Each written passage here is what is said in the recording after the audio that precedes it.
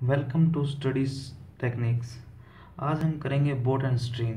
यह topic exam competition में आने वाला काफ़ी इम्पोर्टेंट टॉपिक है और इस पे बेस कम से कम एक या दो क्वेश्चन तो हमेशा आ ही जाते हैं। तो बिना समय गवाए स्टार्ट करते हैं क्वेश्चंस। इसमें a man takes 3 hours 45 minutes to row a boat 15 kilometers downstream of a river and 2 hours 30 minutes to cover a distance of 5 kilometers upstream. Find the speed of the river current in kilometer per hour.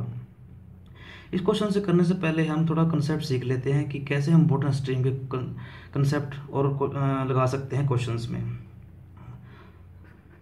तो देखते हैं, इसमें बात की गई है कि कोई भी व्यक्ति या तो स्ट्रीम के अलोंग चलेगा या उसके अगेंस्ट चलेगा।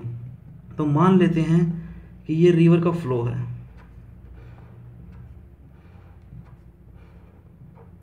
जो कि y किलोमीटर, मान लेते हैं कि y किलोमीटर पर आवर इसकी स्पीड है। ये स्ट्रीम का फ्लो है। और मान लेते हैं कि कोई नाव है या कोई व्यक्ति है जो इसमें चला रहा है बोट को x किलोमीटर पर आवर। यह x किलोमीटर पर आवर है, यह स्पीड इन स्टिल वाटर है।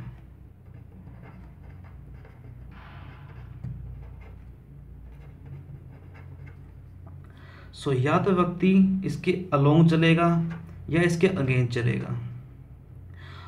अलोंग चलेगा उसको कहते हैं हम downstream,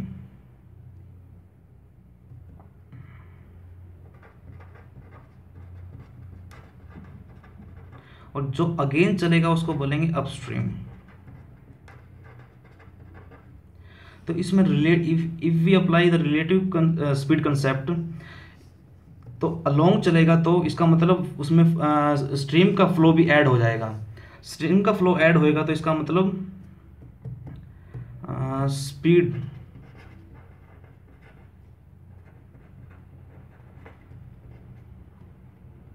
in downstream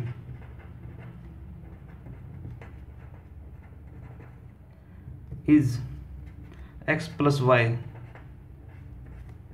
kilometre per our. जो भी यूनिट होगी हम किलोमीटर पर आवर में लेके चल रहे हैं। यदि स्पीड अपस्ट्रीम में होगी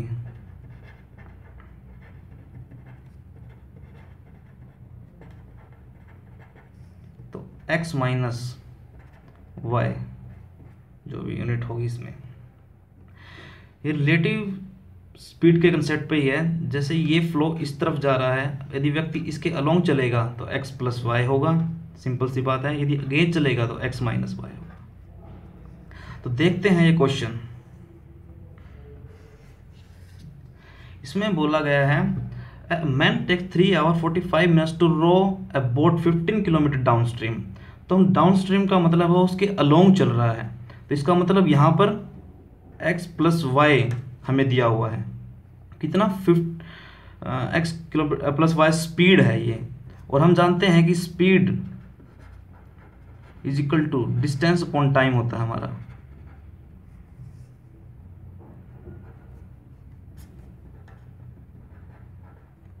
तो ये हमारा हुआ 15 kilometre divided by 3 hours 45 minutes। इसको भी हम आवर में कन्वर्ट कर लेते हैं। तो ये हमारा हुआ 15/3 into 3/4,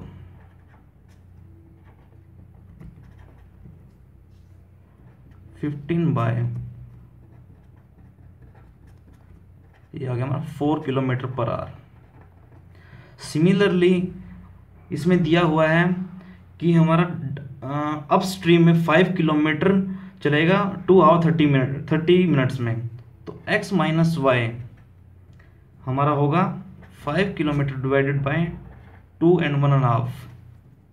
it means 5 divided by 5/2 = 2 kilometre per our. तो हम देख सकते हैं कि हमारे पास दो इक्वेशन आ गई है एक जैसी सी, x + y = 4 और x minus Y is equal to 2। इसको अभी हम सोल्व करते हैं तो 2x is equal to 6 and x is equal to 3 kilometre per hour आ गया, जो कि हमारा इन स्टिल वाटर है। ये मैन की बोट की स्पीड है, पर हमें किसका पूछा गया है, river current in kilometre per hour. So y is equal to 1 kilometre per hour, it's the speed of the current. चलो नेक्स्ट क्वेश्चन पे चलते हैं।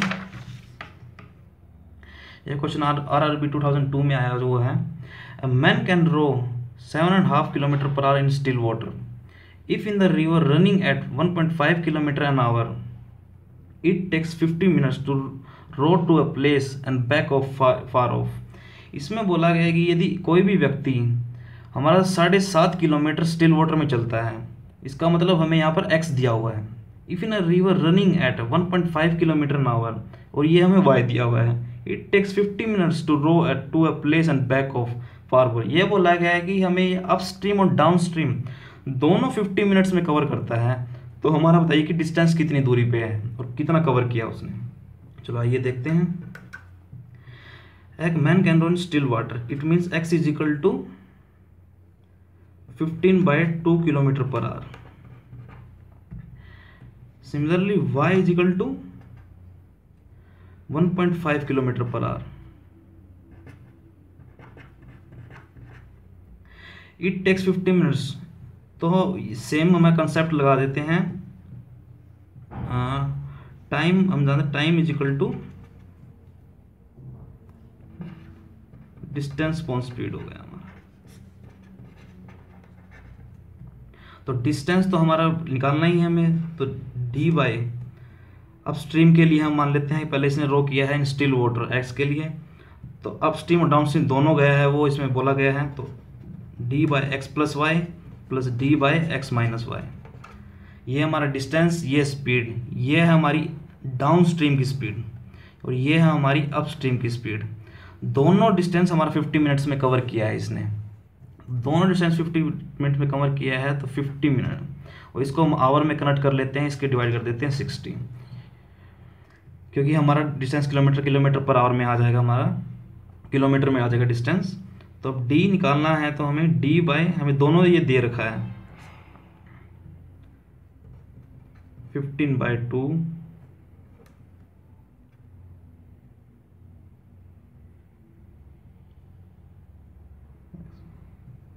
Plus 1.5 d by 15/2 minus 1.5 equal to 5/6। अब इसको हम आगे फर्दर सोल्व करते हैं, तो d बाई 15/2 इसको हम करते हैं 3/2 plus d by 15/2 minus 3/2 equal to 5/6। ये आगे सोल्व करते हैं इसको, d बाय ये हमारा 18, आगे आपको पूरा सोल्व करके दिखा देता हूँ इसको, 12/2 इज इक्वल टू 5/6। अब देखिए इनको, ये कट जाएगा, d by 9 plus d by 6 is equal to 5/6। इसको हम फर्दर सोल्व करने के बाद 6d plus 9d is equal to 554 divided by 6, 9, तो ये आ गया हमारा 15d is equal to 45, d is equal to 3 kilometre. देखिए कितने इजीली क्वेश्चन निकल रहा है इस कंसेप्ट से। तो आगे फर्दर क्वेश्चंस देखते हैं।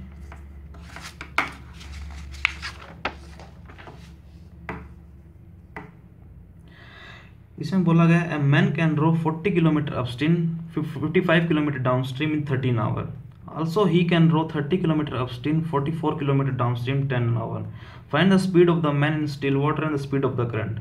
इसमें हमें कोई भी स्पीड डायरेक्ट नहीं दी गई है, जो कि हमें दोनों निकालनी है, स्टिल वाटर के अंदर और स्पीड ऑफ द करंट। तो देखिए ये कैसे करते हैं question. A man can row 40 kilometre upstream और 55 किलोमीटर डाउन स्ट्रीम। हमें पता है अपस्ट्रीम को हम x प्लस वाई और डाउन स्ट्रीम को x माइनस वाई लिखते हैं, क्योंकि यह हमारा लॉन्ग होता है, यह एंगेज्ड होता है। तो इसने और speed is equal to distance upon time होता है। तो speed is equal to distance upon time का हम कंसेप्ट लगाते हैं।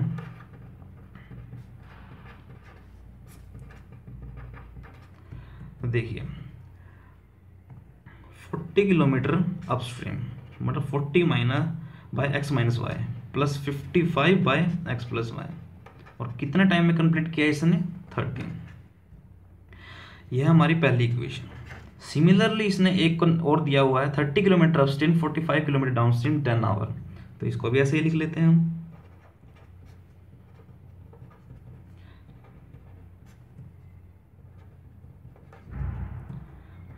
इक्वेशन तो अब इसको देखते हैं हम, तो कैसे सोल्व करेंगे। इस पहली इक्वेशन को हम मल्टीप्लाई बाय 3 और इसको मल्टीप्लाई बाय 4 कर दें तो कोई बात बन सकता है। देखिए इसको 3 मल्टीप्लाई करने के बाद 120 by x minus y plus by x plus y 39। Similarly इसको 120 by x minus y plus x plus y is equal to 40। यदि हम इस इक्वेशन को हम सोल्व करते हैं, ये वही हमारा पहला इक्वेशन, दूसरा इक्वेशन अनदर फॉर्म में आ गया मल्टीप्लाई करने के बाद। यदि इनको माइनस करते हैं तो ये टर्म हमारा कट जाएगा और इसमें बचा हमारा 5 और 6 11 by x plus y is equal to -1। तो हमारा यहाँ से एक्स प्लस वाई 11 आ गया। तो यदि हम x प्लस वाई को किसी भी इक्वेशन में रखते हैं तो हमारा x माइनस वाई भी आ जाएगा सिमिलरली। तो इसे देखते हैं, पहली इक्वेशन में रखते हैं हम 40 by x minus y plus 55 by 11 is equal to 13। इसको काटेंगे तो 5, 40 by x minus Y is equal to ये हमारा 8 और x माइनस वाई हमारा 5 आ गया यहाँ से। अब दोनों इक्वेशन को सोल्व करते हैं हम। x plus y is equal to 11, x minus Y is equal to 5। इनको सोल्व करेंगे तो ये cancel, 2x is equal to 16 और x is equal to 8 kilometre per hour. देखिए हमारा स्पीड इन स्टिल वाटर आ गया हमारे पास x आ गया तो y आ गया हमारे पास। y is equal to 11 minus 8 is equal to 3 kilometre per hour. देखिए कितने इजीली क्वेश्चन निकल रहे हैं। देखिए नेक्स्ट क्वेश्चन करते हैं। यह क्वेश्चन बहुत अच्छा क्वेश्चन है। A man can row the boat from point A against current for 10 minutes and then come back with the current for next 10 minutes and reaches to a point B. If the distance between A and B is 1 kilometer, find the speed of the current. देखिए इस question को कैसे कर सकते हैं हम। इसमें बोला गया है कि यदि कोई भी बोट पॉइंट पॉइंट ए से निकली है, मतलब चली है अगेंस्ट द करंट, मतलब अप स्ट्रीम में चली है for 10 minutes, then came back with the current, और उसके बाद करंट के अलोंग में आती है नेक्स्ट 10 मिनट से और किसी पॉइंट बी पे पहुंच जाती है। तो और वो जहाँ से चली थी और जहाँ पहुंची है उसके बीच में 1 किलोमीटर था। तो हमें बताना है स्पीड ऑफ द करंट। इसका मतलब हमें यहाँ पर y निकालना है, स्पीड ऑफ रिवर और करंट, दोनों एक ही बात है। इसके अंदर हम ध्यान से देखें, चलो आपको इस पे एक टाइम लाइन की तरीके से समझाता हूं। मान लो ये एक टाइम लाइन है, पॉइंट ए, इसका फ्लो इस तरफ है। इसने पहले बोला है कि ये करंट के अगेन चलता है फॉर 10 मिनट्स अपस्ट्रीम। बाद में फर्दर ये 10 मिनट के लिए चलता है और किसी पॉइंट बी पे पहुंच जाता है जिसके बीच में 1 किलोमीटर का डिफरेंस है। तो देखिए यह चीज और ये चीज तो बिल्कुल कैंसिल ही हो जाएगी, तो ये सिर्फ हमारा स्पीड यही रहेगा 1 किलोमीटर के लिए। तो हमारा स्पीड कैसे आएगा,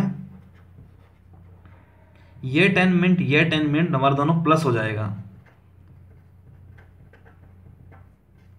इस केस में। आपको मैं और फर्दर दूसरे तरीके से भी समझाऊंगा, पहले आप इस तरीके से देखिए। ए और माइनस बी का दोनों का डिफरेंस सिर्फ 1 किलोमीटर है, तो इधर हमें distance speed is equal to distance upon time होता है। तो यह कंसेप्ट देखें तो डिस्टेंस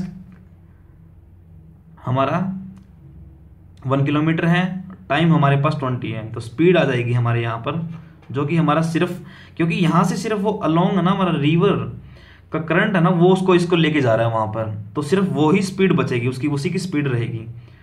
देखिए एक बार 1 किलोमीटर बाय 20 मिनट, बस इसको आवर में कर लेते हैं, तो हमारा 3 किलोमीटर पर आ आएगा इसका आंसर। दूसरे तरीके से दिखाइए, आपको प्रूफ दिखाता हूँ मैं। इसमें अपस्ट्रीम में चल रही है, अपस्ट्रीम में होएगा हमारा x माइनस वाई, तो distance is equal speed, time is equal to distance upon speed,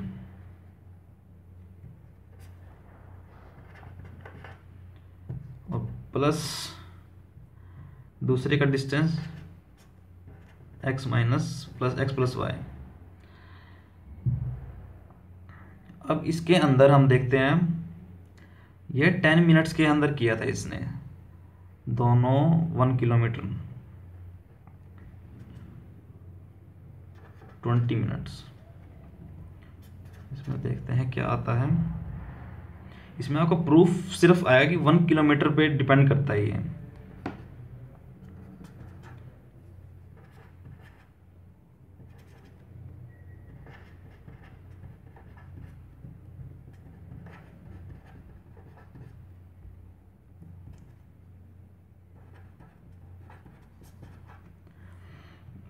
इस तरीके से ये काफ़ी कॉम्प्लिकेटेड पड़ जाएगा ये, तो ये तरीका हम छोड़ ही देते हैं, बड़ा लेंथी टॉपिक मतलब क्वेश्चन बन जाएगा।